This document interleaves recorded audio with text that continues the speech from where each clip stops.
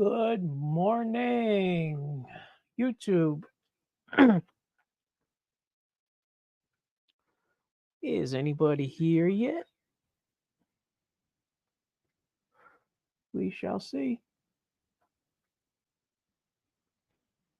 Hello? Okay, that's irritating.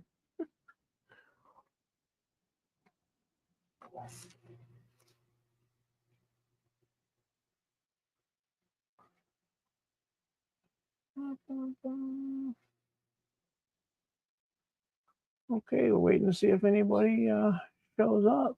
Let's see, what can we do in the meantime? This is some beautiful hualta. It is pinning. I'm waiting for Ronnie Real. He's working on his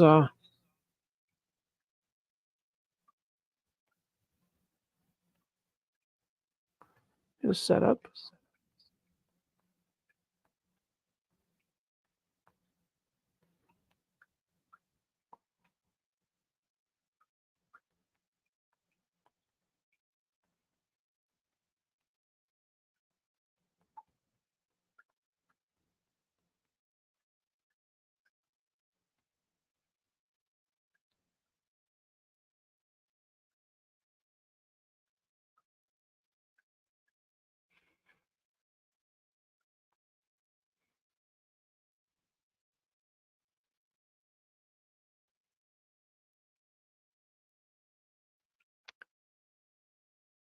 Hey, Happy, how you doing? Trying to get everybody in here. It's not working out that quick. We will figure it out.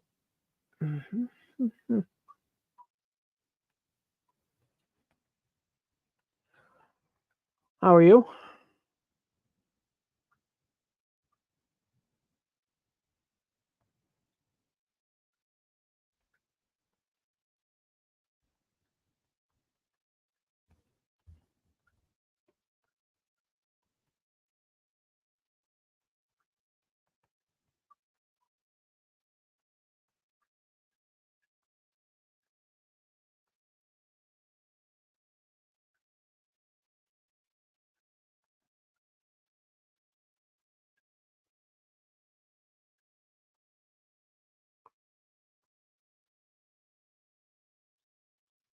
Nerdy, what's going on? How is everybody doing today? Ayubi mushroom foray. What is foray? Does that just mean foraging?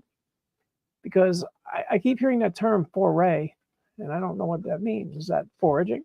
Mushroom forage, foray, forage? Hey, Mo, what's going on? I'm trying to get Ronnie in here, but I'm having issues getting him on. Problem is, I don't know the technical capabilities of everybody, so.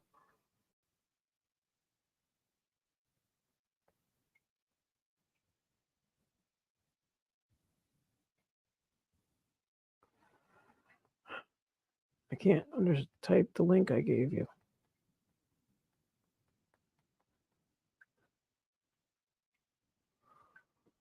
Okay.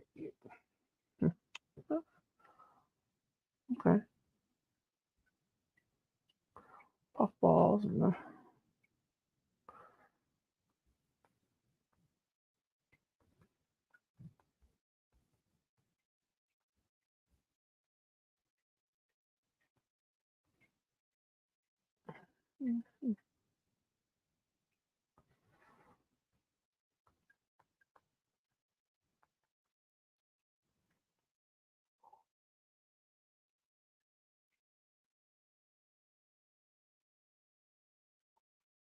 A bunch of puffballs.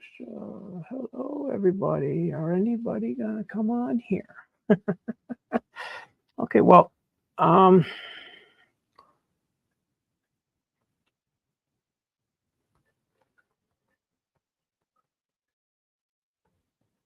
where you would put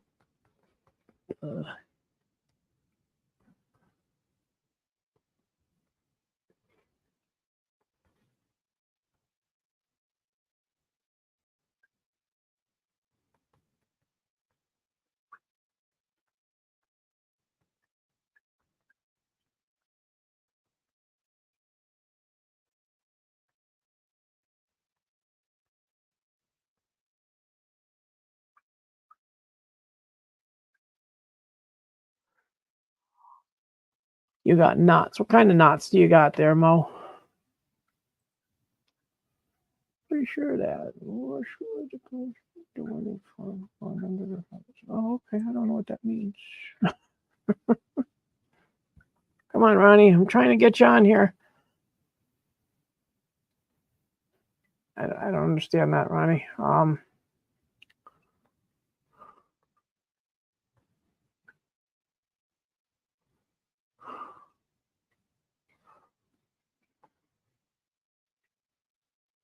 Let me give Ronnie a call here, guys, real quick. I got to try something and find out.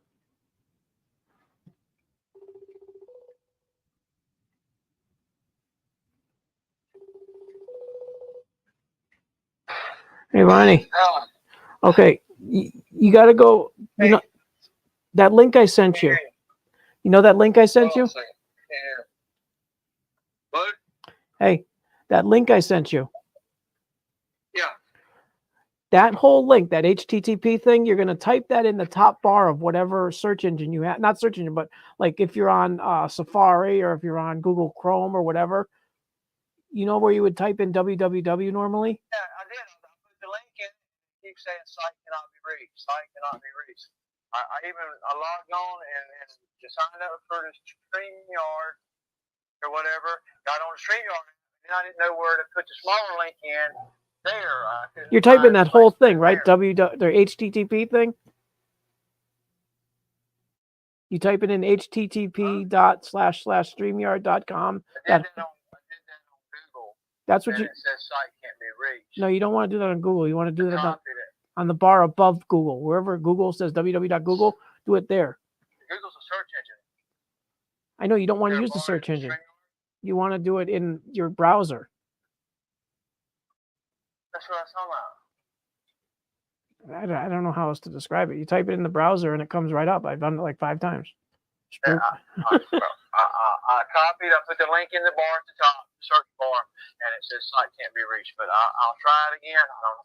Well, if you do get to it, if you do get to it, if you don't get to it, just log on. Just stay on this phone call. No, we'll stay on the phone call. I'll put you on a camera this way. No. Hold on. Let me try one more time. Okay. I got that. Okay, I'll be back. I got to get the link in. All right.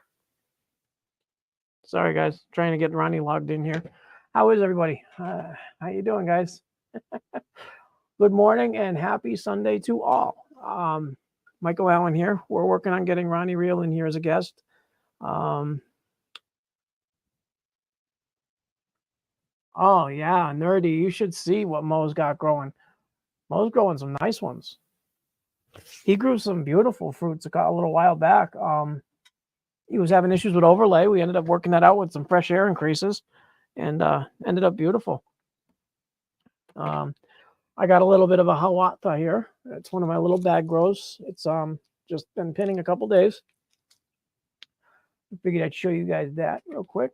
I'm going to actually close this up so I don't leave it just open here because it needs its moisture.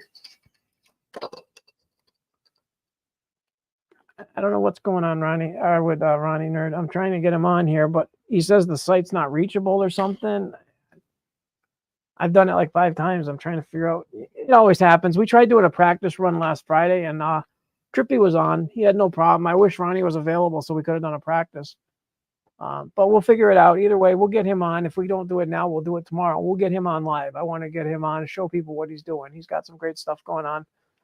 He's been working really hard. He's got a new baby, and he's just doing a great job. I mean, he's trying his heart out. He just put up a bunch of new shelving. He showed me pictures last night. He's doing so much shit. I mean, I thought I had a lot of stuff going. He's got me doubled. I mean, he's got stacks of plates to the ceiling. He's got boxes of plates. I got a couple stacks to the ceiling, but he's got multiple stacks to the ceiling. Hey, Daniel, what's going on? I'm glad you made it. I don't know if you saw, we got the little fruities. We got these little huatas. I don't know how to pronounce it. It's Huaulta. Huaulta. But anyways, aren't they cute? Look at those little pins in there. They're going to fill this tub up, this little bag up nice. See, these bags are the size bags I use. Aren't they nice? They're small. You know, if you compare them to like a soda can, they're not that much bigger. Hey, is everything working out that we got together with on that cup there, Myco? Married Myco? Daniel? because I got these cool little freaking things going right here. These little guys. These are adorable little grows. Okay. Look at that. Look at this. It's colonizing. Okay, we can close it up. It can't come out. Can't come out to play for very long. And then, hold on, Ronnie sent me something.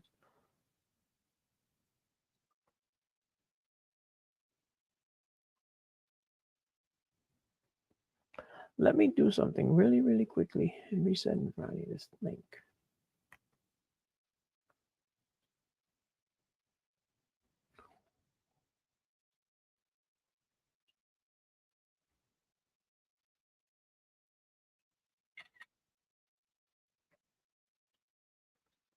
Oh, sorry, guys. I'm just trying to send Ronnie a link. Let me make sure Ronnie gets that link. Yeah, these cupcakes, I got them at the dollar store. I got 6 of them. They're freaking adorable, aren't they? Actually, I have them upside down. Technically, the bottom of the cupcake is up here, so they would be like that normally. But I flipped them over, so I got a nice 2-inch substrate here with nice moist core. And what I did, I don't know if I got one that shows it. Yeah, I did a layer, okay? So this white line right here is a layer of mycelium with nice moist CVG on top. On the bottom, then I got this layer of grain, and then I just did a thin casing layer on top. And they're growing phenomenal. I mean, they're growing out. This is done on the 29th. I did this on the 29th. And look at that already. Boom. It's already starting to go white. I just love them. I did 6 of them. I got, like, they're everywhere. I got that AM1219. That's what this one is right here, AM1219. I don't know if I told you guys or if you remember, I had a jar of AM1219 and it broke in my tent. I dropped it and it broke. So I ended up taking that spawn and collecting it and putting it into a grain to grain, and that's growing fine. That's actually growing. It's colonizing, no contam. The grain was completely colonized, so it was just contam resistant pretty much. I'm not 100% faithful on it, but whatever. But then I came out here and I had another jar of AM1219 on rice, and I was setting up to do a live or doing a video or something, and my elbow knocked it over, so I broke my second jar of AM1219. My only 2 jars that I've ever had colonized completely, both broke within 2 days or within a day. But I was mad at that point. So what I did is I reached down and I quickly grabbed the biggest chunk of mycelium I could, and I put it into one of these cups, just put it in there. It was a nice big, like, you know, baseball size, not baseball, probably like a racquetball size. That's the exact size of what it was. It was about a 2-inch circle. And I just put it in the cup and I just put it down. I'm looking at it. I'm like, you know what? That's still clean. But in the meantime, I took it all and scooped it up and I put it glass little shards and all into this bag with some CVG and carefully pressed it because I know there's going to be glass sticking through here if I hit it too hard. So this here is a combination of the AM1219 grain that fell on the floor, and it's colonizing nice. I mean, it's hard to see, but it is still colonizing. There's no trike or anything on the top. The surface is turning white. You know, it is growing. So that there is my AM1219 that fell on the floor twice. I got 2 cups out of it and a bag, and I still got some more grain. Oh, yeah, nerdy. It was like, what the freaking 2 days I dropped both my jars, and I haven't been able to get that growing because of my problems with contamination or something. That AM1219 swab I got from the maker of it.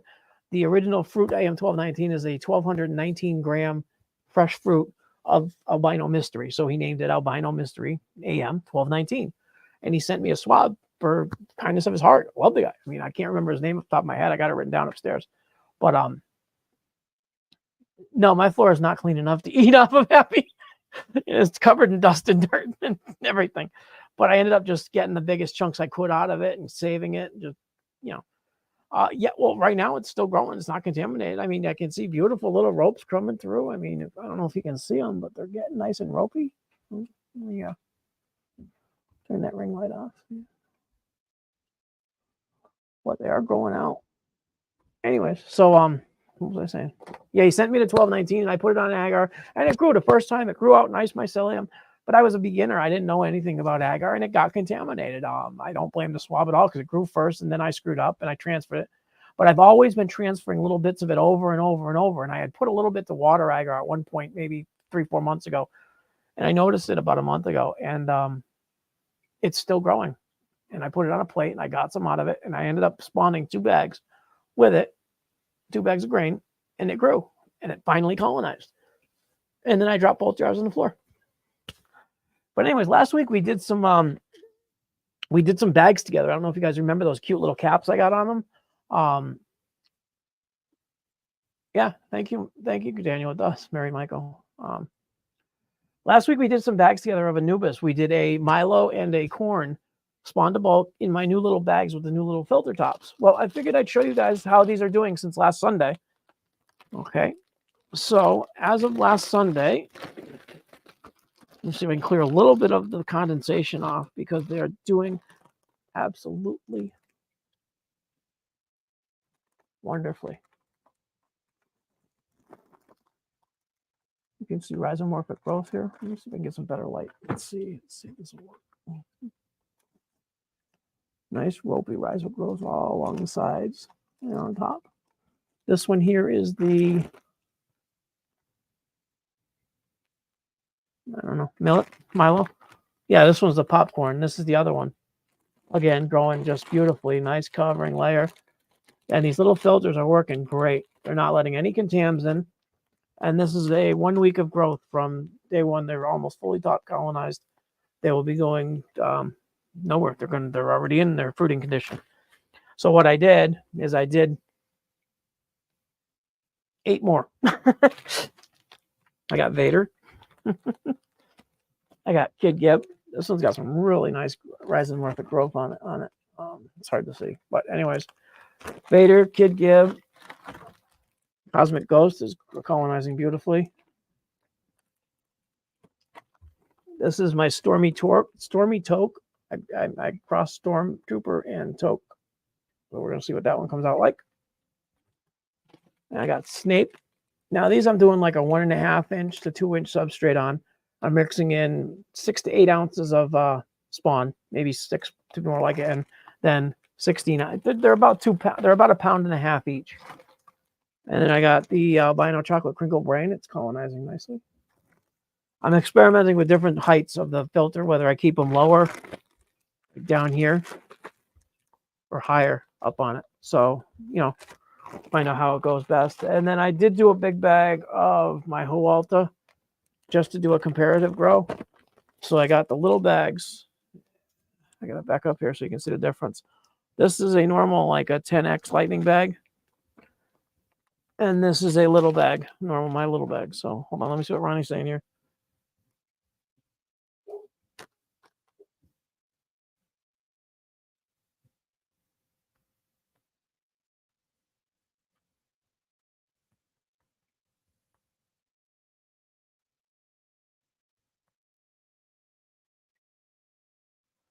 Anyways, I'm still trying to get Ronnie on here.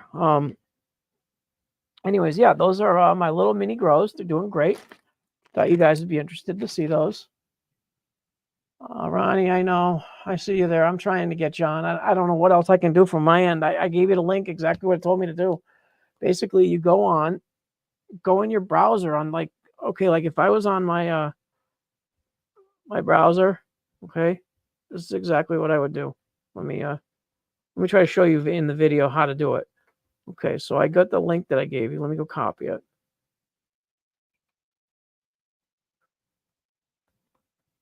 Maybe if I can walk you through it on the video, you can do it. It'll probably be easier. Okay, so on my phone, I have. So when I see my phone, I have my main page. And if I hit Google, I would go to Google. But what I'm going to do is down here, there's a little like a bar that you'd enter a website in. I go to that bar, okay, and I paste that website, that HTTP there, and I type it there, okay. So now I typed in that link, and I hit go, okay. It's going to show up with this, where it has StreamYard. You hit the StreamYard. Oh, I don't know what the hell that is. Yeah, stay in Safari, okay.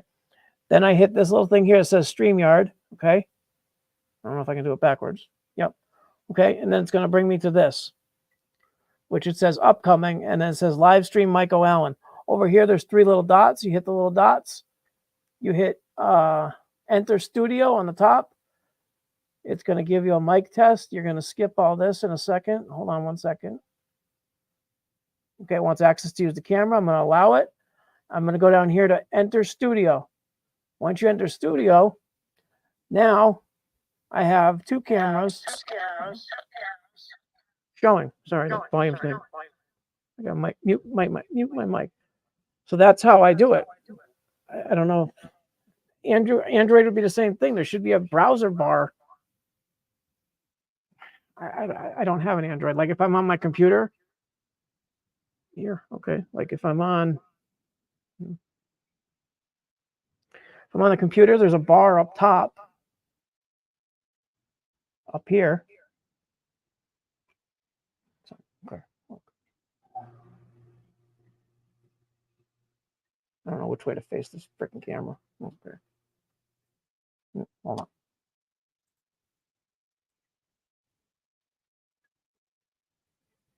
Okay, up here on top, you do it in the top bar. You don't do it in the Google search. I don't know, Ronnie. I'm not a myco wizard or a computer wizard. Sorry, guys. I'm sorry to interrupt the video with that, but trying to get Ronnie on here. He has a great bunch of stuff to show you guys. We did a test run on Friday night, but he couldn't make it, so it's kind of like a last minute thing here, trying to get him going. Hopefully he'll show up soon and I can bring him in. In the meantime, I can talk to you guys and answer any questions you have.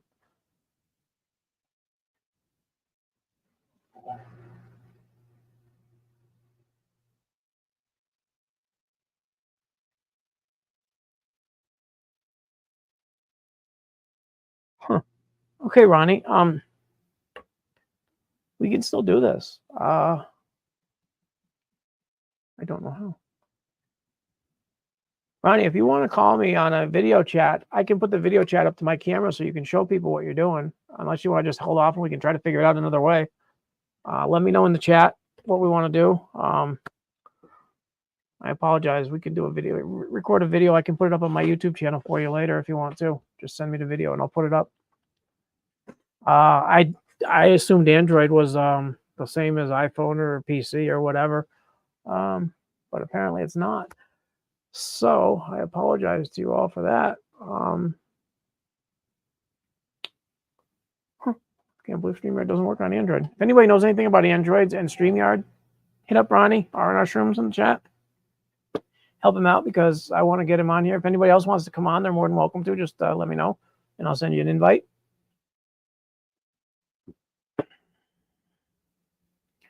Yeah, Ronnie, make a video. We'll get the video up one way or the other. If I have to, I'll post a video for you on my, sending people to your website, for you. I don't mind doing that at all. Until you get your YouTube going. I know the YouTube bullshit is real. So anyways, anybody have any questions? Anybody want to see anything cool? Oh, I was going to do some grain today because I thought, you know what? I got all these nice lids and these nice pint jars, and I got a couple bags of corn. I bought a new pressure cooker regulator. I don't know if I posted that. I think I did. Yes, I did. I got a new pressure cooker regulator gauge because I got sick of seeing the 1, 2, 3. Oh, good, Ronnie. You can upload videos. That's great. Okay, yeah, we'll figure it out, Ronnie. We got Trippy working on his end. He does work, so we'll get you on there, and we'll have a 3-way on Friday night or something, or during the week. We can do Wednesdays. I don't care what day we do. We can do whatever day you want. I know after this, there's going to be a live stream from Ed Grand and Dichotomous Keys. I want to catch you at 2 o'clock, so we are stopping before 2 o'clock. I'd like to see those guys. Check them out, guys. They have some great information. A little quirky, but everybody's a little quirky. I like them. They've taught me a lot. I've learned everything about drags, grabbing drags from monos, from Ed Grand and Dichotomous Keys, among others. I'm not leaving anybody out. I just can't think of names right now. The Uncle Ben's tech that we tried, guys, guess what? Well, smart. Yeah, they are smart. Don't ever let me think, oh, I got a new pressure cooker valve gauge, and I was going to cook corn this morning because I like making grain. I like making agar. I just like making these things. I got to make a business out of making grain and agar, but everybody does that. But anyway, so I'm sitting there. I'm like, I thought I made a bunch of grain. I made a bunch of grain bags. I made a bunch of corn grain bags. And I'm like, what happened to all my rye? And then I realized I had 8 pint jars of rye in my little mini fridge that I'm putting in there to stay nice and cool and fresh. And they're all beautiful. I already pressure cooked them. They got the not airport. They just got the vented lids. I put the little filters on, and they look wonderful. So I got 8 pints of rye. Plus I got 2 more bags of corn, and I got 3 jars of birdseed, wild birdseed. Another thing, about a month and a half, 2 months ago, I made some BRF cakes. You know, those little mini things, the PF Tech, where you make brown rice flour cakes. So yeah, oh yeah, Ronnie, yeah, the valve works great. There's a video I put up on my site. Oh, what to put on the rye, nerdy? Oh, don't worry, I got plenty of shit to put on. I got about another 50 different varieties I could put on here. I got all these like 15 or 16 different varieties are pretty much different. There's a couple copies, but in my tent I have at least a dozen different strains. Caramel popcorn, Stormtrooper. I got a bunch of different ones. ABB. Hey, Bill. Morning. Derek, I'm sorry if I didn't say hi. I think I did, but let's see. Lettuce, tomato, and bacon. Yeah, that would be great. But anyways, the BRF cakes, I made them and I inoculated them with some just some LC or whatever. I can't even remember what kind these are. But anyways, I started looking at them and they started growing. I got 2 out of about 18 of them. That line was yesterday, so they're starting to grow a little bit more. I just wanted to check to see the growth, but they are growing past the line. So they're still growing. I flipped them over to let the air come into the, or, the CO2 move around. But anyways, I got 2 out of all of them that I made, that I inoculated, are actually growing white mycelium. The rest of them turned green. I don't know why. They were just in a bucket, uninoculated, just sitting there, turned green. But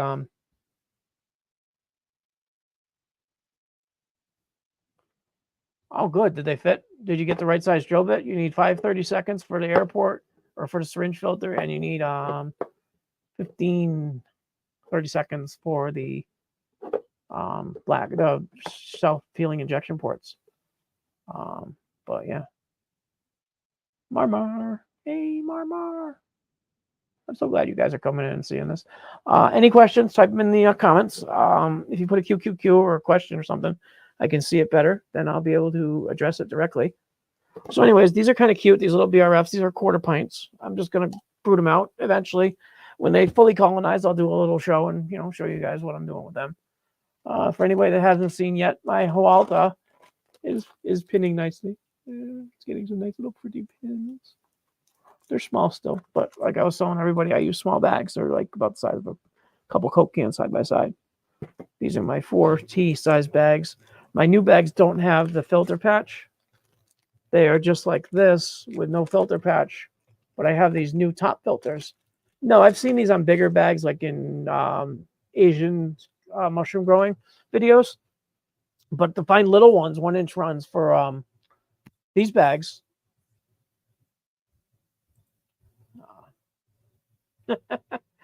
I'm sure you do, Ronnie. I my father has every bit in the world too. The problem is, over the years, they end up in these buckets of drill bits and they get rusty and they just, I ended up using a step drill.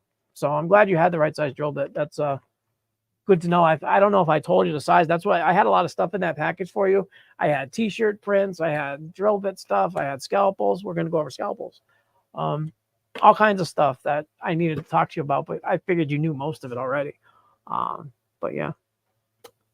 But yeah, I'm sure you're smart. I'm not doubting you at all. Anyways, last Sunday we inoculated some Uncle Ben's bags. Well, not Uncle Ben's. They're technically Savvy Fair or something like that. They're from Dollar Store. But I used albino chocolate crinkle brain on a couple of them, and I used Enigma on a couple, and then separately after the video, I added some agar to a couple of Stormtrooper and another one. They're still sitting in the tote. Let's grab the. Oh shit! Hold on, I just dropped my mic thing. I got a new wireless mic. If anybody hasn't noticed. Oh shit! Let's get the box. The box has been sitting here since last Sunday. Okay, here we go. This is the box. Box of doom. Okay, Let's see if anything grew. I know there is some growth. Now, I got these brown rice and quinoa ones that they're not doing shit. And honestly, they don't feel right. That's slimy inside. I can tell just by the feel of it that the inside of it, this one's slimy. Now, the other one, yeah, and there's something that smells bad. This is Enigma. It's got a little bit of a firm texture to it. This one here, I just injected and then put a little filter patch on there. That's a like a 1/4 inch hole with a filter patch, like one of these little round things. Instead of micropore tape, I just put a little filter patch. That one might be good. Now we got Enigma. It still feels perfectly firm, but there's nothing in the bottom yet. We got Snape. I put agar in this one. Now the top feels good. The bottom is soft. So let's do a little movement here and see what it looks like inside. I don't see anything, so we're going to wait on that one. Then we got albino chocolate crinkle brain from 825. Let's see. I don't see anything yet, but we're looking in and we'll check it out. We'll let it wait. I don't see anything bad either, so that's a good sign. Nothing good, nothing bad. Here's another albino chocolate crinkle brain. Now, again, I injected on the top of these and just dripped it in, like right about here. So it could just be colonized in this area and not made it because, yeah, it feels firm there, a lot firmer than other places. So we got that one. This is another albino chocolate crinkle brain. Then this one is getting some white right up in here. Okay, so there is white on a couple of these. Okay, it's hard to see, but it's coming down the side right there. You can get the light to shine in there. Anyways, trust me, it is. You'll see in a second. And then this was the last albino chocolate crinkle brain, and guess what? It is completely white. That one there is fully colonized at the bottom. So I don't know. I can still see some regular rice. I can't see anything else in there that's green or anything, so it looks good. Everything in there is completely white. So 1 out of 8 are definitely, or 2 out of 8 are definitely growing mycelium. We're going to leave these for, this one here is going to go in the tent because I know it's colonizing. We're going to put that in there. The rest of these are going back up on the shelf for another 7 days. Okay. We're going to rush them. We're going to let them colonize for another 7 days. This one here that I know has got mycelium is going to go into the tent and sit there for a few days, and then we'll check it out in front of the flow hood. Because, you know, I don't want to sit there and destroy it before, you know, checking it in front of the flow hood. I'll open it in front of the flow hood, and if it's clean, I'll know. But actually, you know what? I don't want to do that in front of the flow hood in case it's not clean. So I'll do a break and shake next in a few days, probably Wednesday. I'll videotape it. Yes, nerdy, absolutely. Do not use agar on Uncle Ben's. Don't do it. I agree with you 100%. It is an exact contamination 100% of the time for me. I did it just for fun. I put a little tiny piece, like 1/4 inch squares bigger than what I used. I dropped it in, just shut it, pushed it down the side a little bit.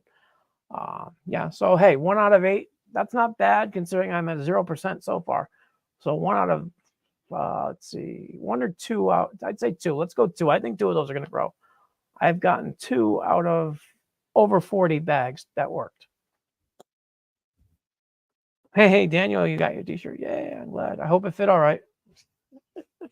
I got on one of mine too. I made this white one. I made another white one I was going to send you as well, but I burned it with the iron when I did it, so you didn't get that one. I was going to send it to you anyways and say, oops, you get an extra bonus broken t-shirt. I'm sending out broken t-shirts. But yeah, maybe. If anybody else wants a large, a nice big iron imprint on it, let me know. It's got the sticker, but it's got a big iron mark. It'd probably be, you know what, I should tie-dye it. That's what I'll do. I'll tie-dye it. That'll get rid of the burn mark. Now, Ronnie, I apologize for the way I sent you the t-shirts in rough form. I didn't have any more t-shirts, and I didn't know your size, and I didn't want to ruin the surprise. So what I did is I sent Ronnie the actual patches that I use, that I had made, the imprints, or the imprints, whatever, the iron-ons. They're not iron-ons. They're actually better than iron-ons because they work a lot better. You just take an iron at 300 degrees, and you hold it on there for like 10 seconds, with a piece of wax paper in between the iron and the transfer. Then you do that a few times just to make sure all the edges are good. And then once it's cool, you peel it off. Make sure all the letters are sticking as you peel it off. But yeah, should work great. Anybody wants any t-shirts or anything, let me know. DM me. We can get you can get one of these MycoAlan t-shirts like this. Or I also got the ones with the big buddy on the front. They're actually very, very comfortable shirts. They're Gildan. They're nothing special, but they're great t-shirts. They don't shrink. This one's been washed. I'm a big guy, so I wear a 3X t-shirt to be loose, and they don't shrink. A lot of t-shirts shrink really quick. These are good. Now, the other thing. Oh, you sent me a pic? Cool. On AG. Let me see if I can get that. I can show everybody. Huh. Yeah, Ronnie Real is wearing my shirt. You guys, I'm not going to dox his whole head, but he's got on one of my shirts that I made for him, or I sent him. Oh, come on. Darn screen. Let's brighten it up a little bit. I don't know. He's put a little patch on. I'm glad it worked for you, Ronnie. That looks beautiful. I'm glad you put it right in the middle. That's great. You look happy. Like I said, guys, Ronnie was supposed to be here with us today. I apologize for not getting him onto the stream. Show the whole pic. Oh yeah, okay. There we go. We gotta turn this little thing off here. There we go, guys. That's Ronnie in his lab. He's got his flow hood right there next to him. My camera sucks, so it's gonna be blurry. He's got his new shelving in the background there, all loaded up with grain jars and LCs and tons of freaking agar plates. He's got agar plates to the ceiling in several locations, plus bins full of them. His UB bags are doing freaking much better than mine. Asshole. No offense. Hey, Bruce, how you doing? Just showing some pictures from Ronnie Real. He was supposed to be here. I'm glad you came. I'm starting to do this every Sunday. It's called Sunday Brunch. We're going to do this. We're going to have Myco chat. We're going to have guests. We're going to talk about different broke boy style techs. I do these. My little bags are growing out pretty nice. I got some we're doing new little experimental things that people think of when they're walking through a store and say, hey, I could grow some mushrooms in that, like some of these little cupcake containers that I'm growing out. These are from the 29th. So these are 2 or 3 days old and they're already colonizing nicely. I put a layered lasagna tech in these where I put a layer of CVG, then some spawn, maybe like a quarter of a cup, if that, and then a little bit of a casing layer. Works out. I hope they grow a nice big shroom in each one. I mean, if they don't, they don't. Why not? These are $1 at the dollar store. I got 6 of them. I didn't waste any money doing it. I mean, I could take 1 jar of this colonized, 1 pint of this could do about a dozen of those little cups. It's so much fun. Hey.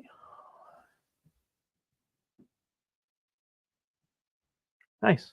Yeah, I go get the shirts at Michael's. They're cheap. I mean, they're like $3-4. I mean,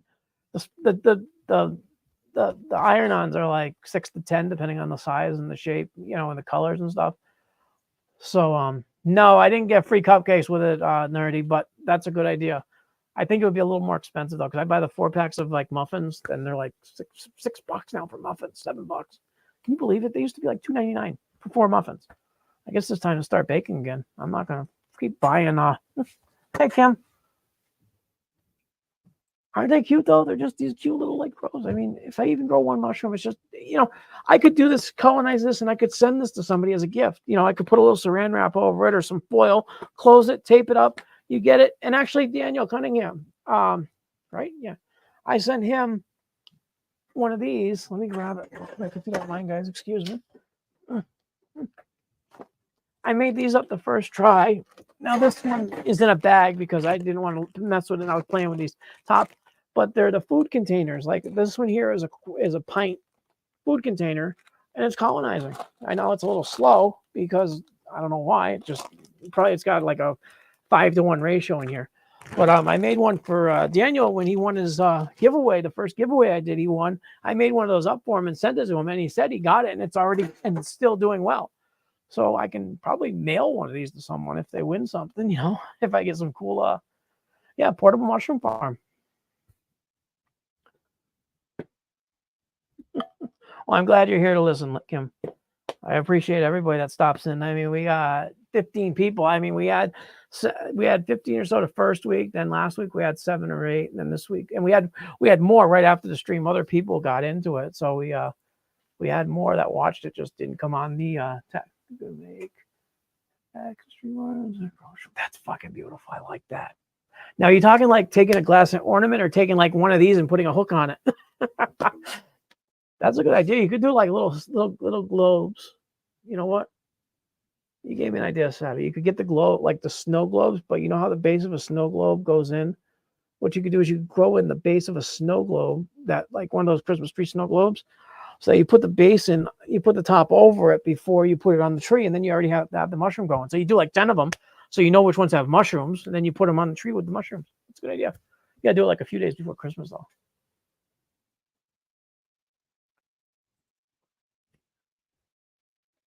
Put the small logo on my sleeve, on my shirt.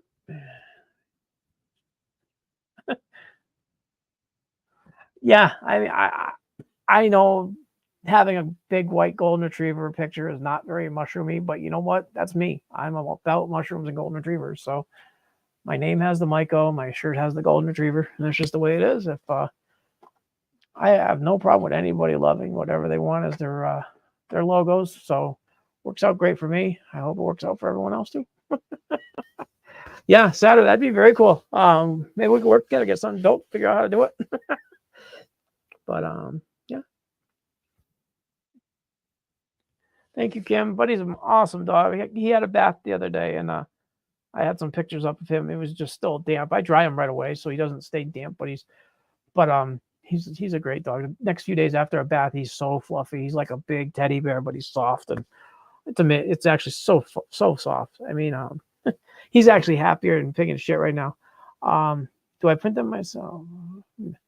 No, nerdy. I use Ninja printing, or it's not that expensive. You just go on there, you upload a picture, and then they give you whatever you want. I'll give you the information if you want. You can get like a whole gang sheet of transfers. They have a couple of different ones, DTF, and they have some like puffy ones, like stickers that you put down.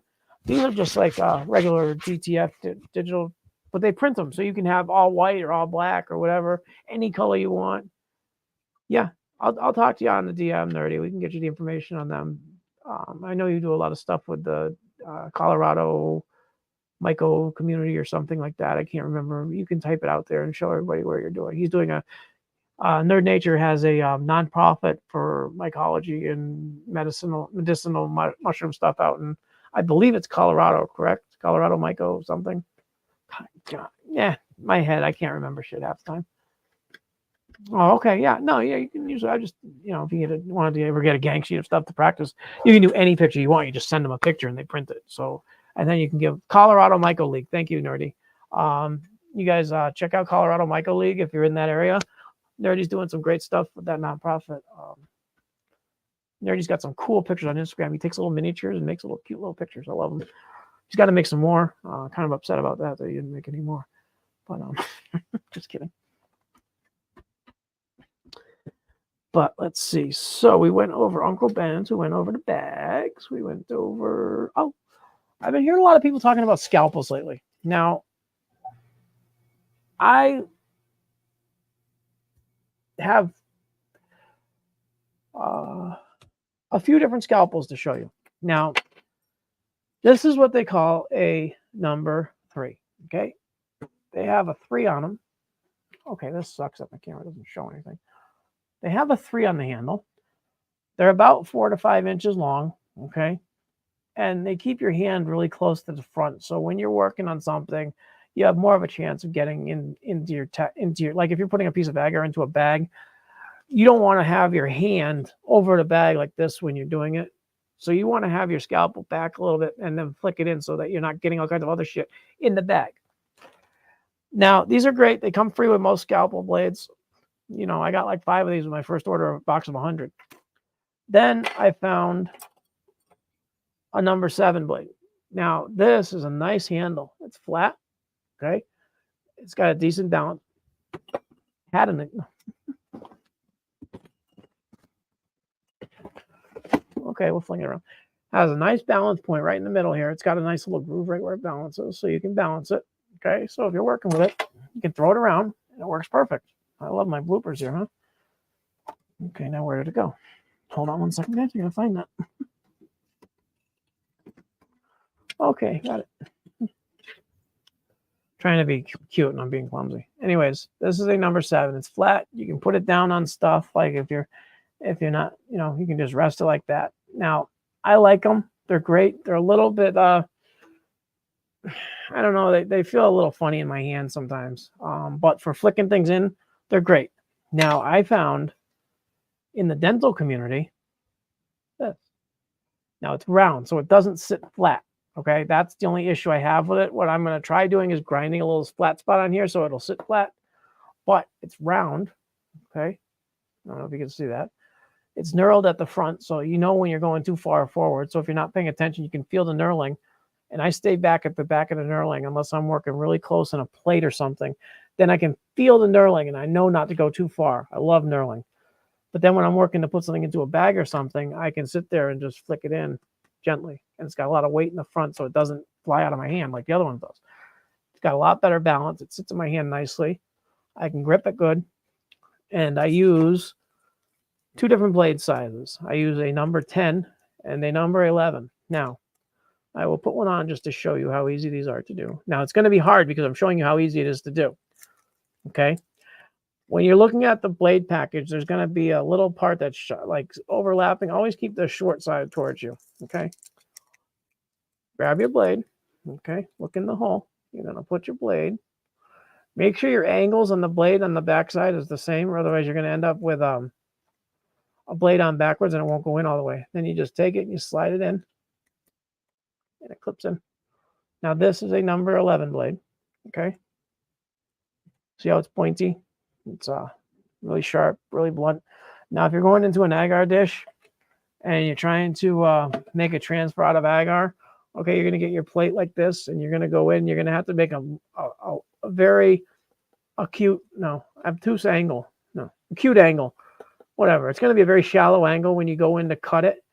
So if you go in like this straight down and drag the cut, you can drag your mycelium around. That kind of started irritating me. So what I did is I went and I found number 10 blades. They're a little bit rounder. Now they're a little more of a pain to work with on doing really, really small transfers and stuff when you want to get really close into something. But again, you just put them on your scalpel.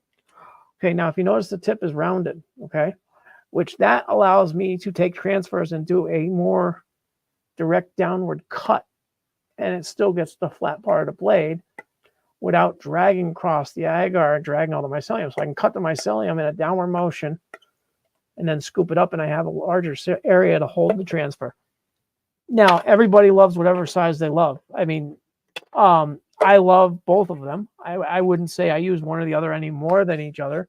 I use them for different purposes. Like I was just saying, I use the number 10 blade for doing like fine transfers because or ropey transfers. I should rephrase that. Really ropey, rhizomorphic mycelium tends to drag if it's really healthy. It doesn't cut very well unless you have a brand new super sharp blade, which I heat my blades several times before I discard them because they're not free.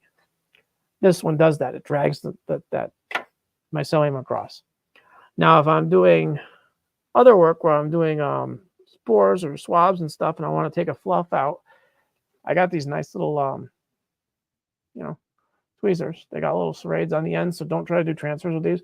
But if you grab a piece of swab and put it on your plate, then it's easier to move it around. Don't try to do drag with these because it'll rip the agar to shit. But if you just want to get a little piece of your fluff off your swab, those are really good to have.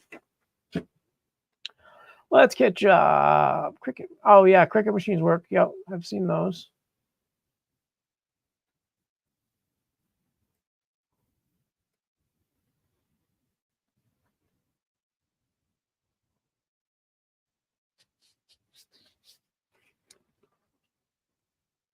Yeah, I want some nerdy stuff.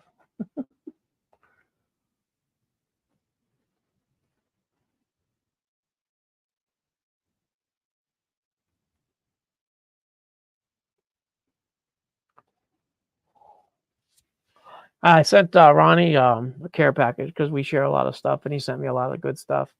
So I sent them. I got 3 of these in the mail when I ordered them. I got them 3 of them for like $10. They were cheap.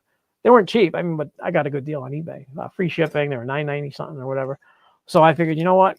I keep seeing Ronnie use a X-Acto knife or some other scalpel. I couldn't remember why I wanted to send him one. So I sent them one of those round scalpel handles and a bunch of blades. I'm glad you like it, Ronnie. I'm glad it worked out for you. I like to share the wealth. I like, not the wealth, the fun stuff, the information, the stuff that works well. I love to share that with you guys. I want to give a shout out to somebody. A lot of you guys know this person from Instagram. He goes by Black Cat Travel Agency or something like that. Let me look it up exactly. But let's see exactly what his name is. Oh, I don't want to get this wrong because he's a great dude.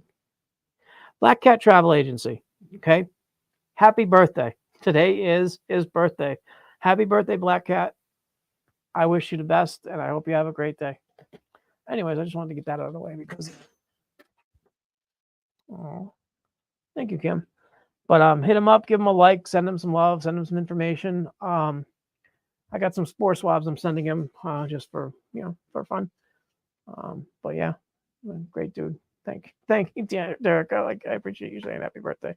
I hope he catches this and he sees that I shouted him out because he's been a great follower. He likes things, he watches, he follows a lot of us, and he'll actually go through and like our pictures and stuff. And that does not mean much to some people, but it's a pain in the ass. I try to see all your guys' stuff and I cannot see it all. It doesn't show it to me on IG. I can't go through all your pages every day and look at them all. And I want to. I want IG to put those in my feed, not, everything else. So yeah, it's tough to see everything you want to see when you go online. But he does. He goes through and he follows everybody that he loves, and he follows and he likes, and great dude. Doesn't ask for anything, but he wants some birthday wishes this year. And I agree. We shouldn't have to ask for birthday wishes. I'm glad I knew when his birthday was now, because now I know every September 1st, Black Cat Travel Agency's birthday. I wrote it down in my little birthday book. I got a bunch of them listed. I just forget to look at it. I know we got a bunch coming up. Mine's in November. My father's in November. My mother's was in December. I know we got a bunch of people in the T crew that's having birthdays coming up. I can't remember exactly. I got them written down, so I got to go check. In case anybody's wondering, they're saying happy birthday to Black Cat Travel Agency on IG. Happy birthday, bro. Okay. Anything else you guys want to talk about? Any questions on mushrooms? Any questions on tax? Any questions to try to challenge my knowledge? That would be fun. Challenge Alan Day. We got to do that one of these days. I'll not Google, and we'll do a Challenge Alan mycology knowledge. And I'm going to be right because we can't look it up.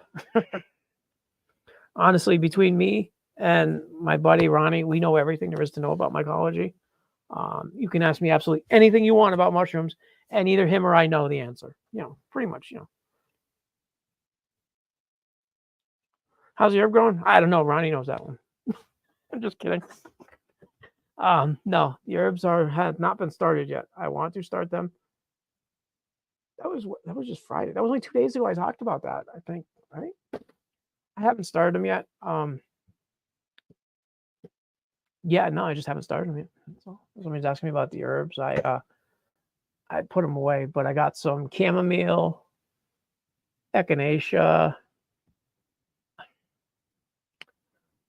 mint, peppermint, echinacea, chamomile, lemon balm, and one other. I can't remember exactly which. I want them to try growing in a little either dirt or hydroponic, little like homemade micro grow. So I have some fresh herbs just to, actually I only want peppermint because anybody that's ever tried the chocolates I make understand that I like mint. I don't know if Married Myco, did you try that chocolate yet? Was it any good? So I use peppermint, and I wanted to try growing my own and seeing how it tastes. Slightly cracked field corn. Okay, Kimberly, on that, the reason cracked field corn doesn't work as well is because it's got an open base. Now, if you notice, popcorn has that closed end. It's easier to hydrate cracked corn. Regular popcorn doesn't hydrate as easy.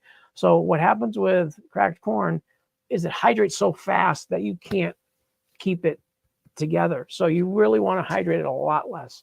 You want to watch every step of the way, and you want to just barely hydrate it, maybe 20-25% of how you would do popcorn, if that much. I mean, it takes some experiment, and you probably want to dry it really, really well before pressure cooking it or jarring it. That would be my first way of doing that, because of the fact that it's an open bottom kernel. I'm sorry, that's comment supposed to be up there. Rockefeller.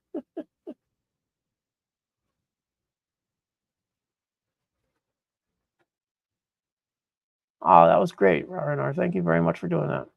I love when you guys help each other. Yeah, today's his birthday, Ronnie. He's a great guy. You can use them.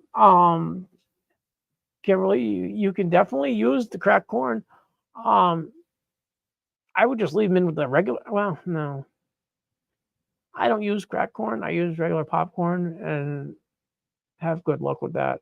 I did do some wild bird seed recently, and I literally strained out all of the millet. So I only had millet and whatever other broken pieces got through 1/8-inch small holes. I actually used a colander with little tiny holes and strained everything out of it. I ended up with almost the same amount of birdseed when I was done for the birds. But it ended up hydrating really well. I soaked it for a while, and then I boiled it for a while and dried it for a while. I could do the whole thing, but I don't want to get into it because I really don't enjoy doing wild birdseed. But it's really easy to do if you do it right. I can do it.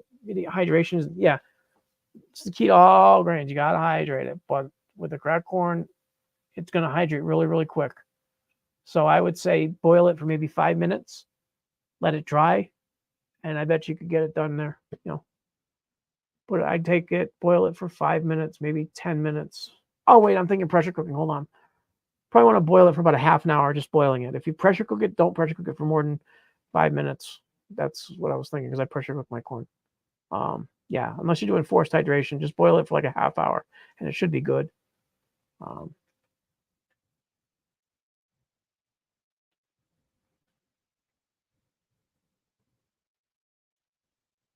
Okay.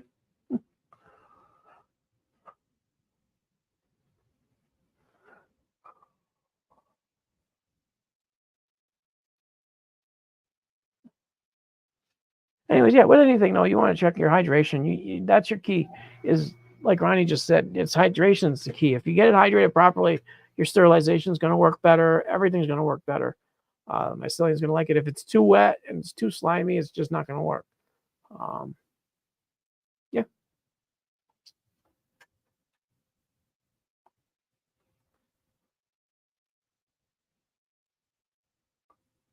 Cool.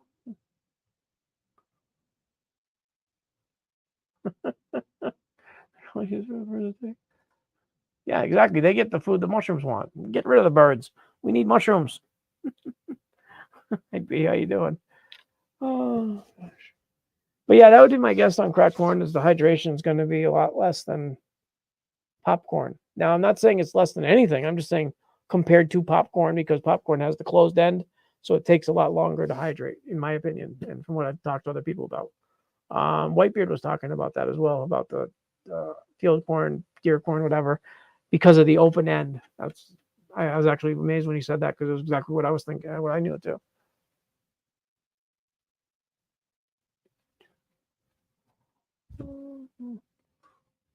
That's a lot of freaking deer corn.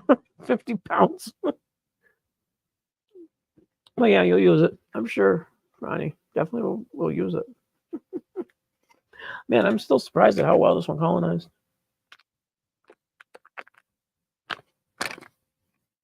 Oh, it smells wonderful. Okay, let's leave that alone. I don't want to play with that because I'm going to make it. Yeah, absolutely, Kim. FAFO. We're going to find out.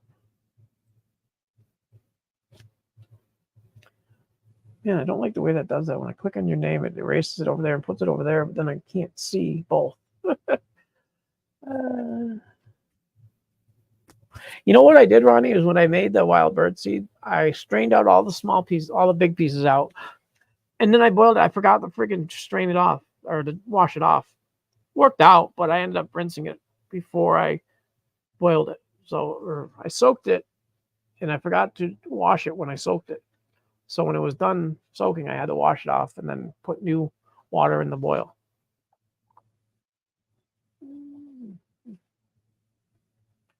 Feed your deer a 50-pound bag. You have a deer? Cool. What are you using, Kim? Are you using corn? Or are you using... I know Tractor Supply has whole oats, too. The Producer's Pride, they make whole oats. And I think they make corn, too, yeah. That's, I think, what you're talking about using, right? The Producer's Pride one? I haven't tried it. I haven't. I honestly, I grab 4 pounds at Walmart every Monday.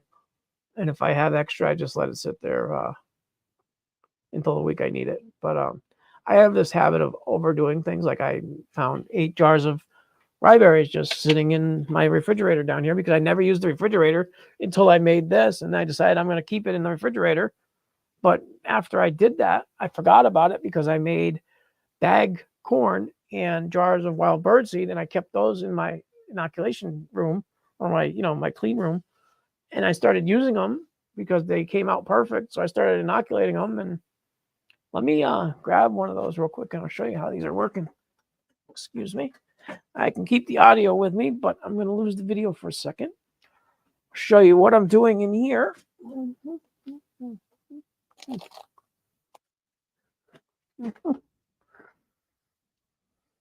So what I got is these are my little jars of Milo, but this is a Stormtrooper. It's colonizing. Should be done in a few days. This here is my ABB strain. I don't know what that stands for. If anybody knows what ABB is or what it looks like, if it's albino or regular, please let me know. I got this, and I don't know what it looks like. Now, these are my corn bags. They're little 8-ounce bags. This one here I inoculated with Saint Anubis, which is my Stormtrooper and Anubis. Yeah, it's getting white, So what I do is these have no filter patch on them. So I take them, I put my agar wedge in, and then I take the top and I staple it with 3 staples across the top. Then I fold it over several times until it's like that, and I tape it over and then let it colonize. And occasionally I do a little bit of just a rub like this just to mix it up a little bit. And then once it's almost fully colonized, I might open it up and break and shake or whatever, but the staples hold it closed while it's mostly colonizing. Whoa, what'd I do? Hey, Mike, thank you for coming. No problem. You can be late.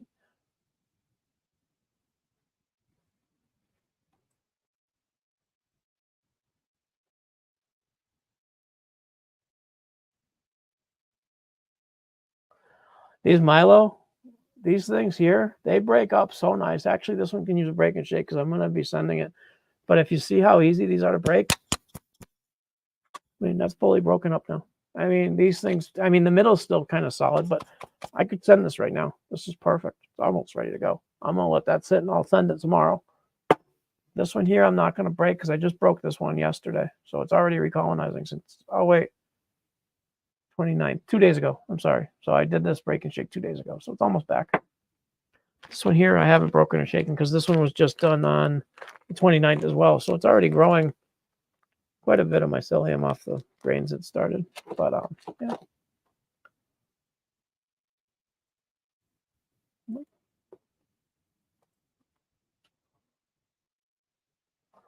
Thanks for coming, Mike. Anyways, yeah, we've just been talking about stuff, showing my different little techs and stuff. I don't know where I put my mushrooms. Oh, there. I got these little fruits going of my Hualta. They're looking good. They're just a couple days of pinning, but they're looking good. These are my little bags, a little 1.5 pounders, maybe 2 pounders at the most. Let's weigh one of them, see how much it weighs. This is this is a little bit bigger than most of my grows. 433.9 grams. So that is just about a pound.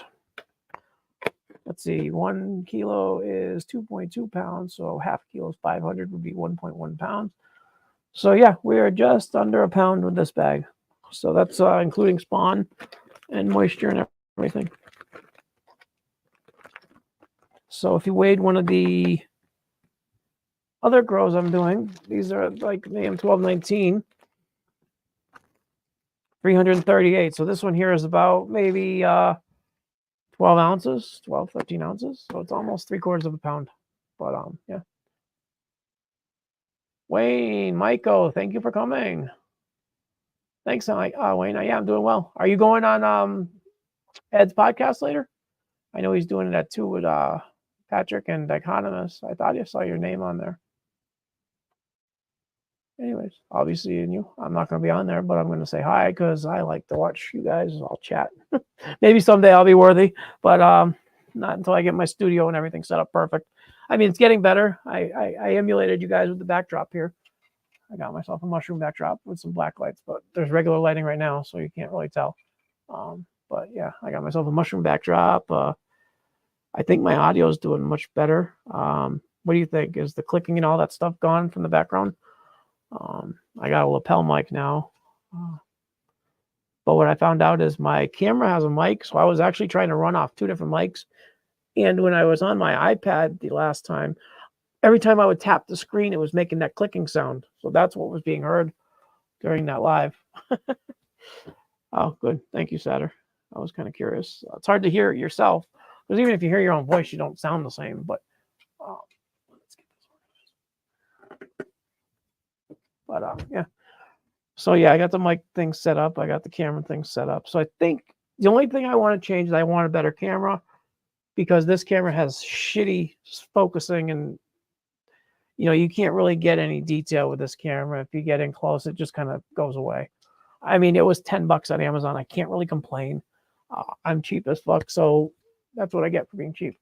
I got beautiful 35mm black and white film cameras. I got 2 Canon N1s. They're $500 or plus cameras. I got a Canon EOS digital, but it's an old one. These are all back from early 2000s, so I don't think I can hook them up the same. Yeah, I can actually.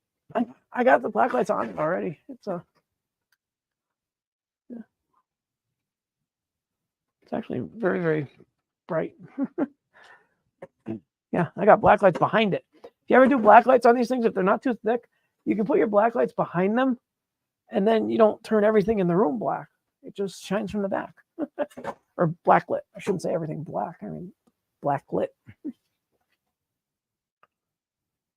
Thanks, Mike.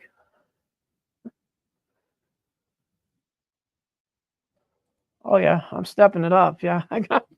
Yeah. Honestly, guys, I'm in a little like 6x6 area, or not even. This is a little tiny area that I'm keeping all my stuff in.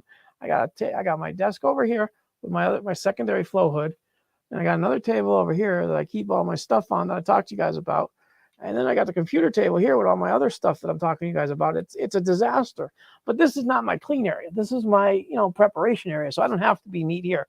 I just have to clean it before I put all my mushroom stuff out.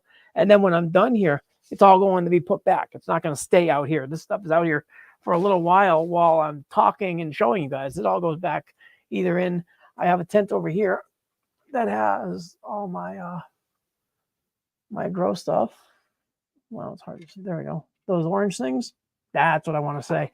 I actually wanted to talk to Ed Grand about these because I am doing Diaper Tech 2.0.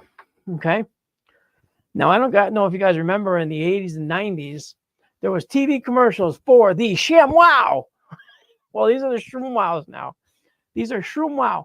You take one of these, you can cut it to whatever size you want, and you can put it inside of a tub that you can then put cakes on top of, or, bags on top of to keep the humidity in, and they hold the moisture 10 times better than a diaper or a incontinence pad. I have these on my shelves now. I got them lined up.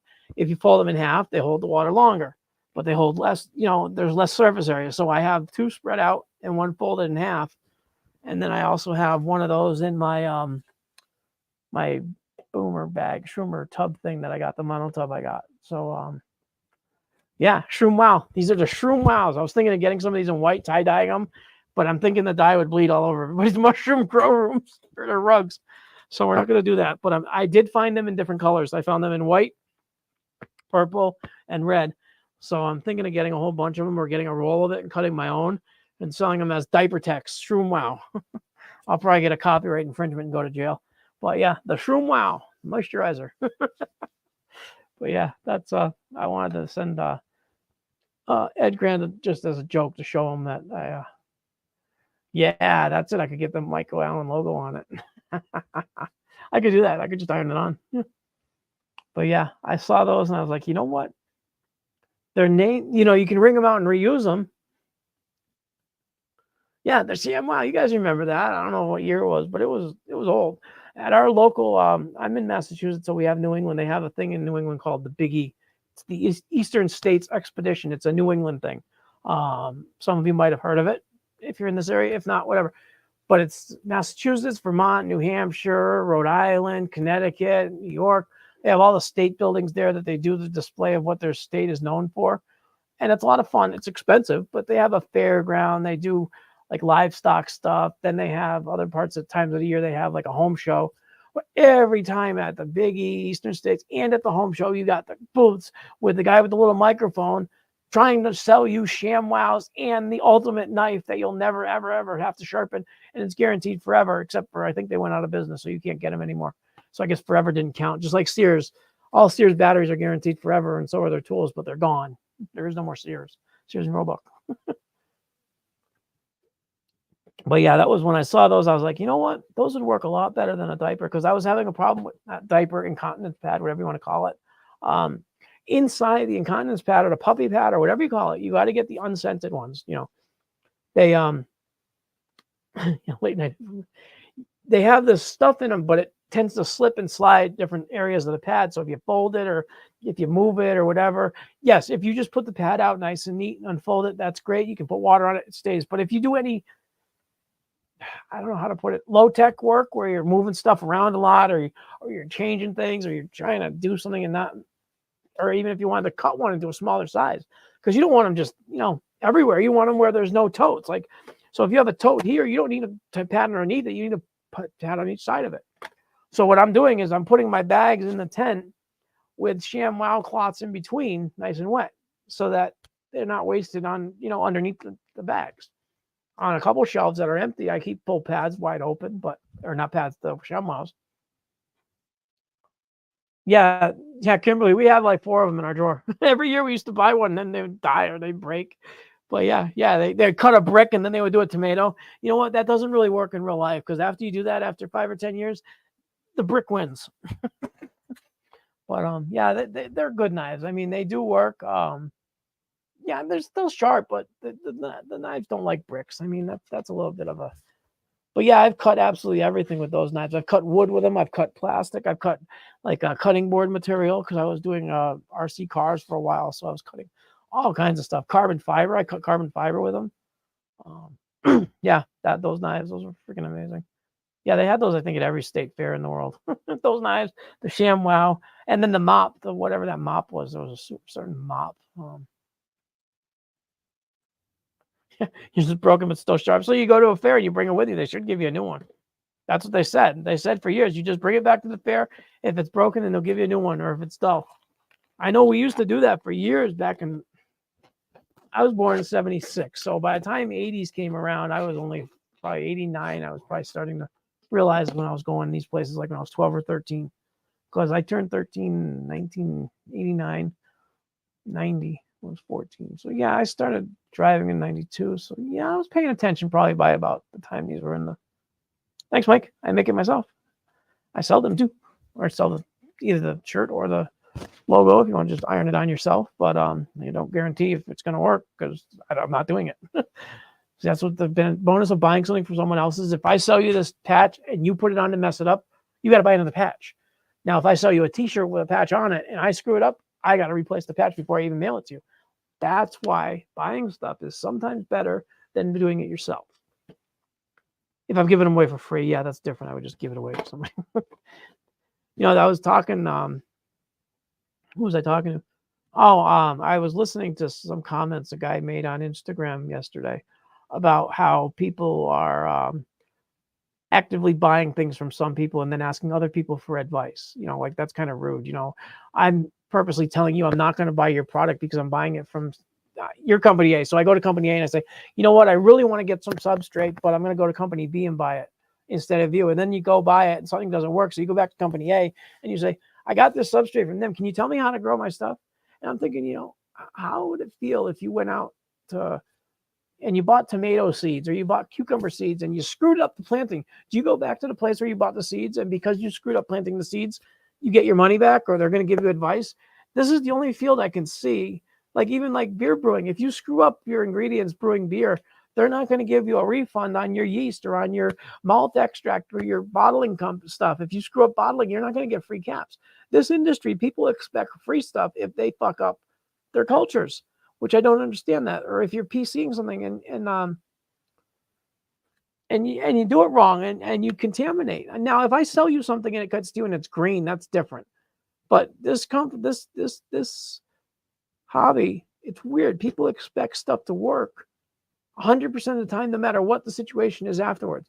Now, if you sell someone something garbage that comes to your door, that's garbage, that's different. But if you're getting good stuff and you screw it up, there's no really room for that. It's weird. Yes, no, I mean, I agree, testing everything, but how many other companies do you test everything you get? I mean, if you buy ingredients for a cake, you don't test each ingredient. If something screws up, do you go back to the flour manufacturer, or do you go to the yeast manufacturer, or making bread? It's weird. We do so much for people and people don't realize it, that, you know, when we buy something or we give information, we're giving this out of the kindness of our hearts. And, you know, for people to say, oh, you're gatekeeping, or you're, I don't know where this is going, where it's coming from, guys. It's just something I heard and I liked it because it made sense. You buy something from someone and then you tell them you're actively going to buy it somewhere else. It's kind of a slap in the face because, you know, if you're dealing with two different companies, I know if the price is a little different, but at least the company that's willing to give you advice and help you along the way, those are the people should deal with, because that's the true side of it. Hey, Mark, thank you for coming. Great. I'm glad that Yeti's working. Yeah, I was just on a little rant, something got in my head, but I was thinking that the other day because I grow tomatoes and I grow pot, and I got a bunch of pot seeds, and some of them didn't sprout. But I'm not going to go back to the maker of the seeds and say, why did you fuck up Mother Nature? Why aren't these seeds as germinated or as strong as those seeds? There's no guarantees in nature. You know, you can't. Well, nerd nature, you can guarantee a lot of stuff, but no, just a thought. Yeah, exactly, nerdy. I absolutely help people all the time, and I do it because I kind of feel bad because I'm not very monetarily gifted. I don't have a lot of money. What I do have, I try to make it go as far as I can. I build everything myself, as do a lot of us.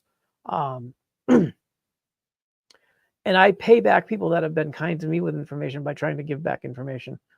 So that's why I do this. I don't do this for money, but I would like to make money eventually doing something, not from people that need it, but from people that have extra. So if you have an abundance of money in your life and you want to share, I'm more than willing to take that and help you share it with me. But I'm not going to take someone that doesn't have anything and try to overcharge someone doing something like that. I would rather get the money from people that have extra that can share it. And instead of trying to take money above shipping and a couple bucks for the materials, I would never do that. But, you know, it'd be nice to be able to make a little bit on the side here and there, you know, which is great because I've helped a few of you out and you guys have helped me out, and it's been great. I have big shout outs and you guys know who you are that have helped me, and I appreciate it. I don't want to put any names out there to make anybody feel better or worse, but yeah, I love you guys and I appreciate everything you've done. Recently I had some really good luck come in, a couple of people that were in need of some assistance, and I helped them, and they were above and beyond generous with me. I'm older than you, Mike. I'm glad it's still fruiting, Mark. You should get a couple flushes out of it as long as it doesn't contam.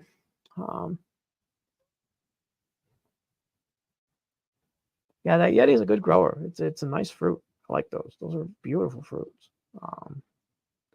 I like all the really white fruits mostly. I don't know why. I don't care for brown caps like these that I've been showing you guys. These whole Alta. I didn't know if they'd be albino or regular. I'm not into brown caps. I like the white better. I'll grow them. And, oh.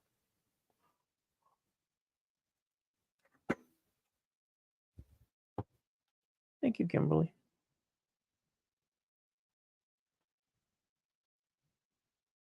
I did do a giveaway the first weekend I did it, and Daniel Cunningham won. He got a bunch of genetics. Some of them were from you, I believe. I took care of that. I sent some fruits to him. Yeah. Yeah, Daniel Cunningham got a good surprise package in the mail. He got a T-shirt, 3 Z's of fruit, a bunch of good stuff. But we combined some other stuff working together. But yeah, everything went great. Daniel's awesome. Yeah, he's a good dude. He needs a lot of he gives a lot of support, and I'm happy to give some back if he needs it in any way possible. Yeah. You missed it, Mark. I did these new little cupcake cups. These are little grows. They're little cupcakes. I do a layer of, no, it's kind of hard to see. I do a layer of core, and then I do a layer of grain, and then I put a top casing layer, and they are growing out already. These are 2 days old. I spawned these in there in this cup 2 days ago on the 29th. Of course, it's not going to open for me. It's already colonizing. So that's not bad for 2 days. I'm going to be doing more giveaways, guys. As soon as I get the following up and I get enough comments and stuff in here. I mean, it's hard to do with 5 or 10 people. But yeah, if anybody wants to get involved in a giveaway, just hit me up in IG and we'll get something going. I can do some plates or something like that. I got a couple of new strains coming in from different people. I got a fresh lion's mane coming and a couple others. But my lion's mane, I'm not happy with. Every time I put it in the grain, I've had other people do great with it, but for me, it doesn't like my grain, or I'm not looking at it right, or I'm shaking it too much. I got to get a new cut of it. So I got a new cut coming from Tree Digs Mycology and Mucelium Labs. They're sending me an Oregon natural native strain from Oregon. So I'm going to be getting that lion's mane going. So I'm going to have that available for people. So I know a lot of people like growing the medicinal or the gourmet mushrooms too. And lion's mane, I'm interested in starting to grow. Oh, thank you, Daniel. That's Daniel, by the way, guys. Married Michael. I'm sorry if you didn't want people to know that. My bad. Yeah, well, I grew some out of a kit from Amazon. They grew out fine. But I've been trying to work with a culture I got 8 months ago for a long time now. And I'm finding out that some of these things just don't, they still grow on agar, but they don't grow as good when they get on the grain. So you need to transfer them quite a bit. So I really wanted to start with a new cut of lion's mane, because that lion's mane I cut from a kit. I took a piece of that fruit from that kit. So I have no idea what the genetic line is or how vigorous it is or nothing. So I'm getting a good cut of lion's mane probably tomorrow or the next day. And I'll make some plates of that up. I can give one of those away. I can give away whatever else I get in that shipment. I'll make a plate of, because I got like 3 or 4 plates coming from them of different strains. I'll put the package together. We'll do another giveaway next Sunday. So be here next Sunday. We'll do a giveaway. We'll do some plates. And I think I got some LCs that'll be ready. I got a ape LC that I tested, came out perfect. I got a albino chocolate crinkle brain LC. I got to expand that because I got good syringes, but the leftovers I spilled. So I got like 4 or 5 syringes left, I think. But I got a bunch of LCs I tested that are doing good. I got some that went bad. I don't know why. That was before I've been using the new jars. Okay, my old jars were basically regular mason lids that had just drilled air filters on top or tape. These are nicely made with sealed injection ports, nice syringe filters, stainless steel one-piece lids, dropping them, and new jars. So everything in my LC, and I got Tree Digs Mycology LC agar mix or LC mix. I got that in all of them now. So my new LCs are going to be fire. Hopefully they'll be really, really good. I'm doing those little plates. I don't know if you guys remember. I don't have any with me. Those little blue plates, I'm testing those out, using them as the only puck into a bag. Nice. Pupino sounds fun. But yeah, the little agar pucks are working phenomenal, guys. You got to be able to use them though, because they grow out the entire little cup in 4 days, 5 days max. So what they're good for is, if you take a plate of rhizome worth of growth and you cut a couple pieces out of it and throw it in a bag, you could be picking up contamination from lots of little spots, in my opinion. Okay. Because you don't know if there's embedded contamination, anything in there. Well, if you take a little tiny piece of mycelium off of that same plate and put that into one of these little 3 to 5 millimeter plates and let it grow out, and it grows out in 3 days, the chance of that being clean, I think, are a lot higher than a bunch of chunks out of one plate that you're just scooping, you're trying to get out of the plate, anything. With this, you just open it and flick the whole thing right into the bag. That's it. And they actually work great.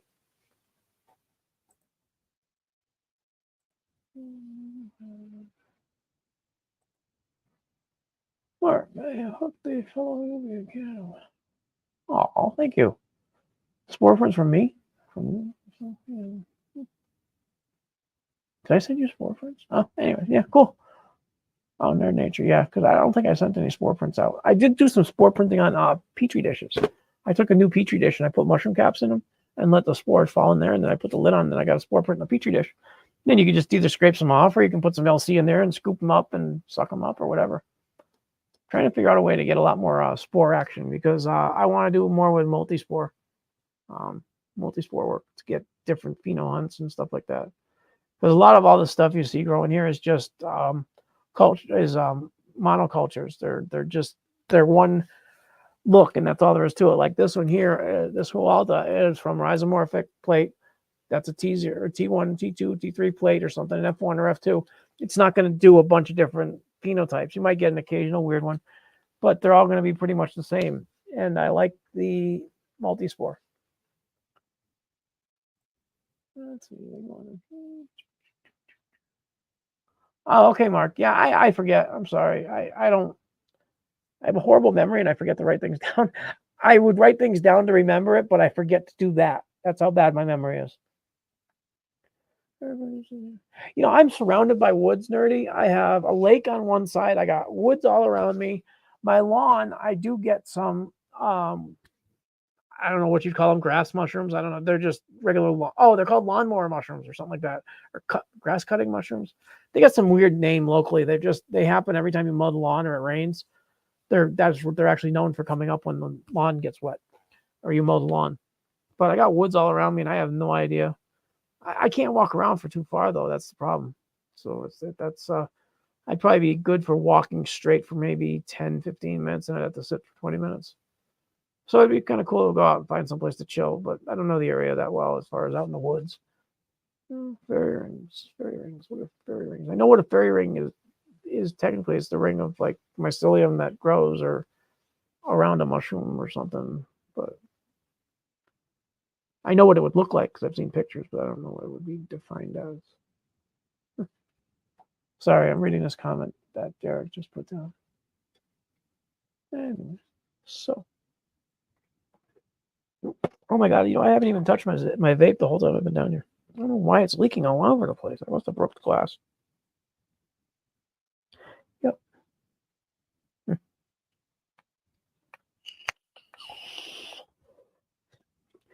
Son of a bitch, I broke the glass on my vape. Now I gotta find a glass. I was wondering what the hell kept leaking. Anybody that vapes understands when they break the glass on their tank, it sucks. Especially because they usually just crack and you don't know it. Can't see a break in it, though. I don't understand.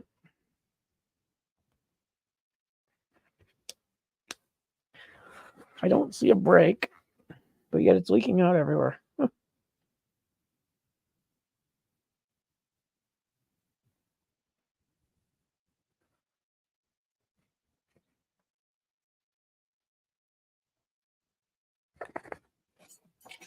Sorry, guys. I'm getting sidetracked here.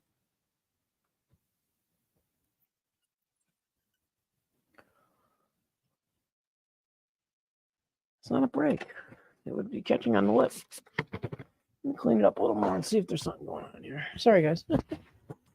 Yeah, I'm trying. No, it's not. It's a broken glass. All the fluid licked out. It's not a JCBB, though. It's just a nicotine BB. I can still get smoke out of it. The filters, or the heater's still got vape juice in it until it runs out, but I'll have to go upstairs and grab my DMT cartridge. No, I'm just kidding. That would be a fun show. Alan's sitting there on DMT in the background. Yeah. Yeah, I don't know what's going on with this one today. This is the second time it's happened. I might have to change the top and bottom because I had 3 different tanks and I broke 2 glasses within 3 days, and I haven't broken a glass in probably a year. And I broke 2 in 3 days, and now this one looks like it might be broken or cracked somewhere I can't see. So I'm gonna have to take this apart and check it. But I'm all out of glasses because I use a Smock TFV8 big baby tank, and it's 20.3 millimeters wide by 24.2 millimeters tall, and it's very hard to find that size glass. I don't know why, because they made tons of these tanks, but I can't find that size glass anywhere. 5280, what's up? I see you.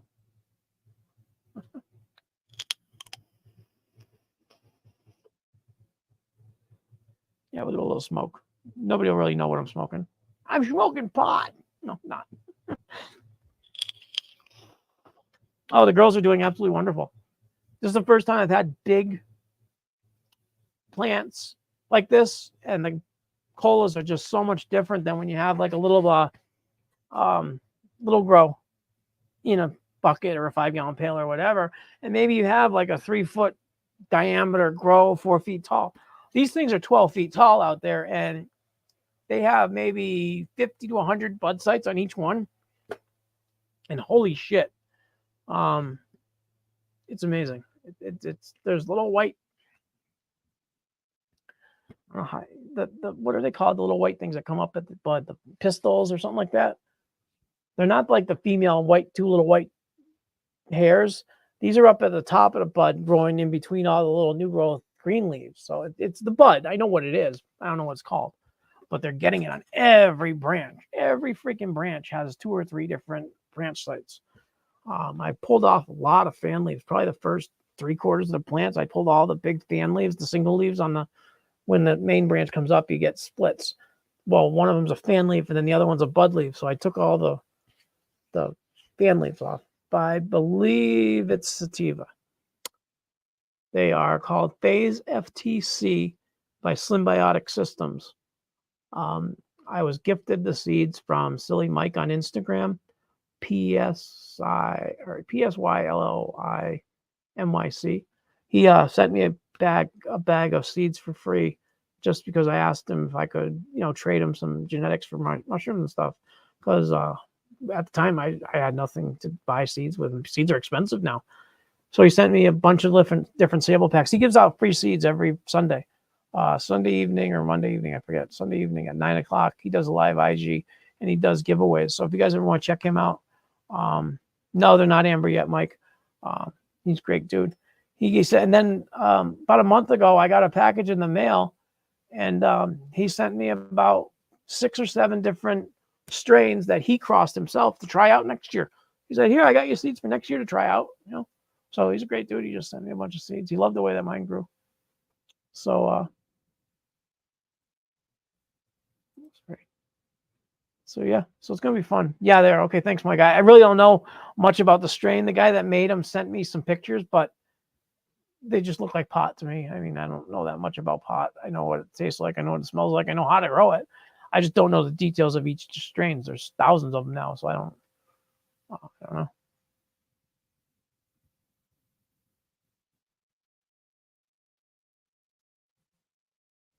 Oh.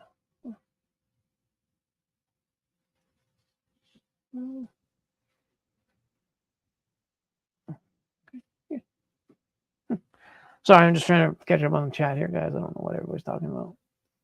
We got about 15 more minutes, maybe 20 more minutes, because I want to catch the Ed Grand site podcast at 2. I believe it's at 2, maybe. Anyways,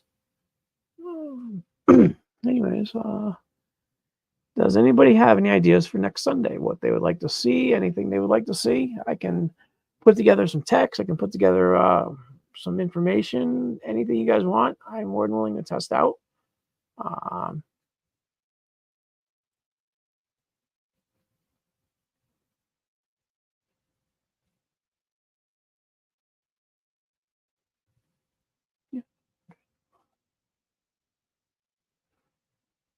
Thank you, Mike. Yeah, I'm sure you've seen him on IG. He's a great dude.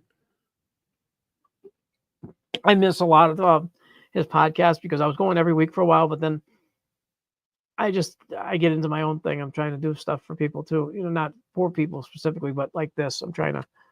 I want to do more for the community because they've honestly done too much for me that I can't repay in any other way than to do this, to try to spread information, and help people any way I can. Thank you, Mike. Thank you, Daniel. Yeah, I'm liking these little, the to-go grows. To-go grows. That's a good call. That's a good name. So little to-go grows, using to-go containers, using to-go bags. These are the Anubis that we spawned last week.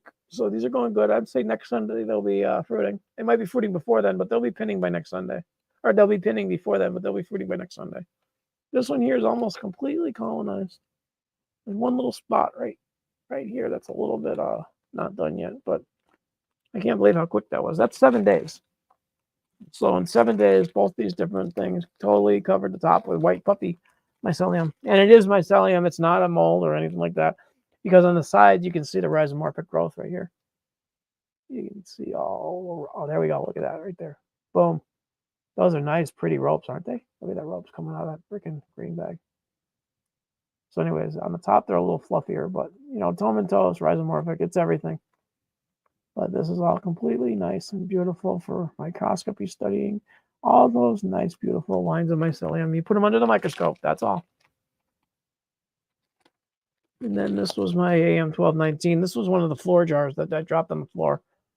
I don't know if you guys remember, but I talked about it earlier. Tomentose, let's see, Ace again. What do you mean by it can be tricky? To-go grows and shroom wow. Yeah, tomentose is just mycelium. It's the same thing. It's just different amounts of nutrition that's in it. Hey, Kate, what's going on? Medicinal mycologist, what's going on? Yeah. Now, as far as tomentose versus rhizomorphic, it's both good, but you're going to end up with rhizomorphic when it fruits because that's where the fruits come from, mostly from the rhizoropes. But I have no problem with mushrooms on plates, or mycelium on plates being rhizomorphic or tomentose. They both grow. Usually it's just the amount of nutrients in the agar that dictate how it's going to grow. The less the nutrients, the more ropey. The more the nutrients, the more my tomentose. Yes. Okay, I apologize. Yes, there is a difference in some contaminants that look tomentose are different. Yes, that is tricky. I thought you meant the growing quality of tomentose versus rhizomorphic. But yes, you can. The contams can hide better with a tomentose growth, and some can look like tomentose. I've had a plate colonized in 12 hours, and it was fully white, but I knew it was contam because it doesn't grow in 12 hours. But yeah, there's lots of ways to tell too. If you're really getting into it, there's a difference. Like if you look at the bottom of your plates, I don't have one that's doing it right here handy. But like this is just clear. But when you're looking in the bottom of a plate instead of the top, and if there's any food coloring in it, contaminants won't eat the food coloring like mycelium does. So if you see a plate that's all being eaten, all the food coloring is being eaten away, and then one section's not, there might be a problem there, especially if there's white fluffy stuff on top. Usually it'll eat the color out of most of the agar. I know I got one right here somewhere. Let me grab a plate.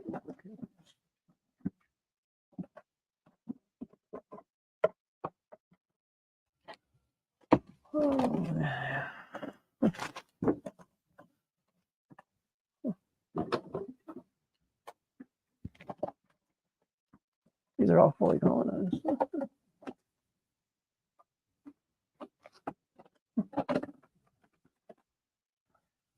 Okay, like this one here.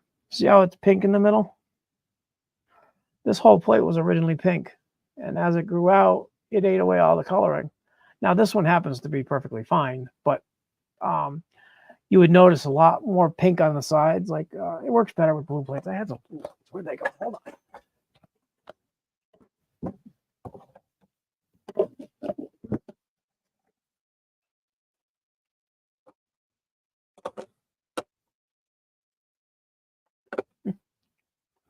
I'm sorry, I don't have the color I want to show you guys right off the back of my shelf here. But anyways, what'll happen is the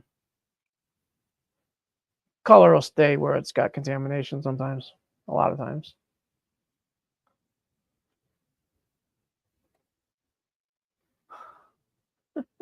I'm glad you made it. Glad you made it, Kate. Thanks for coming. Medicinal mycologist, glad you came. Okay, guys, we're gonna wrap this up pretty quick. Unless anybody's got some more questions or anything, which I'd be happy to answer, just type them in the comments and I'll answer them right now. We'll start wrapping up pretty soon because I want to catch Ed Grant's show or Dichotomous Keys, whoever's doing it. I think it's Ed. I want to watch their live stream. Yeah, his stream's pretty cool. His comments are a little tougher to navigate. You got to be, you just go there to ask questions. You don't go there to have a conversation. Thanks, Bill. You have a good day too. Samuel, nice to see you.